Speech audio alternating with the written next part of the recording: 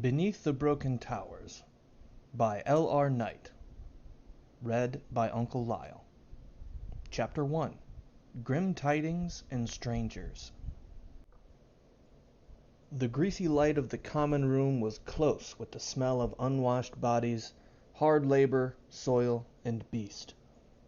A few candles hung from iron cages between the rough wooden beams that lined the middle of the room, twisting and flickering with the draught that cut through the gaps in the unadorned walls. In the years past, the common room would have been awash of laughter, stories thrice repeated of masculine ebullience or bravado. In one corner a stump hauled in by main force, slashed 1,000 times where fathers threw knives with sons and brothers. In another, a rudely constructed stage for showmen or inebriates to bellow coarse but familiar songs. In years past, the common room was a place the town went to plan and scheme and build together. Now, the common room was where they went to agonize. The stale air rumbled with the tense talk of men who sat huddled with hunched shoulders, whose eyes darted like hunted things, where trust was a rare thing indeed. The current of conversation from one neighbor to another had evaporated, and men sat in tight pockets discussing their plight. "Something needs must be done," a man with a butcher's hands grumbled. 3 months it's been, through sowing and into summer now. "Aye," the whip-thin thatcher's son said. 6 girls dead or gone, and as many lads. Outside there was a shouting. The words were too familiar now, a chorus of despair forced upon whomever was nearest. "Desdro is at it again," the butcher rumbled, head pitched low as if to avoid the outcry. "Can't hardly blame the fellow," said a man whose trade was rope-making. An accident had left him blind in one eye. The damaged organ stared milkily back at his compatriots. 2 of the missing were his bloodkin. They nodded grimly. Each of them knew all too well. Outside, the shouting turned into shrieking, and the common room drew still and quiet. "The priests of the ring say it's like to get worse," the thatcher's son spoke up, lancing the sullen silence. "We ought to do something, all of us." "Fast, Shen. What good are we? Storm the Thurston Castle with wooden hose and staves? It grows stronger, takes more. How many of us will feed the beast's bloody hunger? Besides, we sent that small fellow with the long sword up there days ago. Perhaps he'll pull through." The butcher spat at the show of thin optimism. "He's dead. We know it. Maybe Shen's right. A bully gang of 20 men should be enough. We've some iron between us, or Deaf Jake can forge us some." Shen, the thatcher's son, nodded eagerly at this. The embers of adventure yet gleamed in his youthful eyes.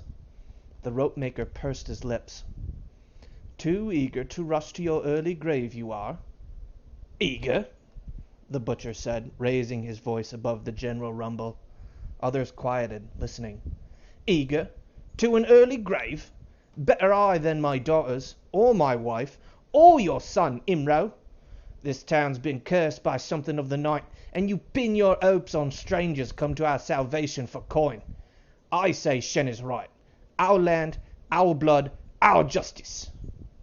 Realizing that he had been taken to his feet, and raised his voice to a shout, he sat down all at once, the vigor draining from his spine as he realized what he had proposed. Sneaking a look around, he found his fellows looking at their drinks. None was meet his eye. Silence smothered the table, each man looking inward to his troubles, save for young Shen, who stared over his shoulder at the wall. Beyond, Broke-Wrist Castle loomed on the treeless crag above the town. The old walls had weathered their long years well, but one of the 2 towers which stood above the keep had collapsed long before any of these poor souls had been spawned. It was for this broken tower the castle was now named. That had long stood unoccupied, a place of daring and brief adventure for the most courageous boys, a place of dread for the younger children old enough to peer up at its sinister stone heights, and for the adults too. A man stepped up to the table and set down a round of drinks. They glanced up at this newcomer suspiciously. His features marked him as a foreigner. Eyes flinty gray, set deep in a square, almost long face, with a crooked nose broken more than once. He wore his black hair long, held back by a dark headband embroidered with the lion's head. He was tall and lean, but his garment, a sleeved tunic and loose breeches, only hinted at the steel of the thick and potent thews beneath. The man hooked a chair with a booted foot and pushed the long, heavy-looking sword on his back aside to take his ease beside the three men. "Those are for you," he said, nodding at the foaming drinks. "And what for your generosity, Outlander?" asked Imro, the rope-maker. "The truth of this creature of the night," he said, taking up one of the drinks with a large, hard hand. A golden ring glittered on his forefinger, marked with strange designs that seemed to avoid the eye. He threw back his drink, wiped his lips, and said, "I am Ulrim, a fighter. I would try my might against this thing you fear." "Heard it before," the butcher said. "My name is Hagon. 40 years I have, and no man I know of can best the thing that dwells in Broke-Wrist Keep." "Yet you sent another man to test it," Ulrim said. Hagon the butcher looked away. His comrade said, "The man was a foreigner, quick like a bird. He said he would have followed the wind, but he took no coin. Harvest pays at the market day, or such like, he said. The headman has his reward if he can collect." "Or mine," said Ulrim. There was a fierce light in his eyes, the eager charge of a hunter at first sight of a blood trail. "Tell me, brothers."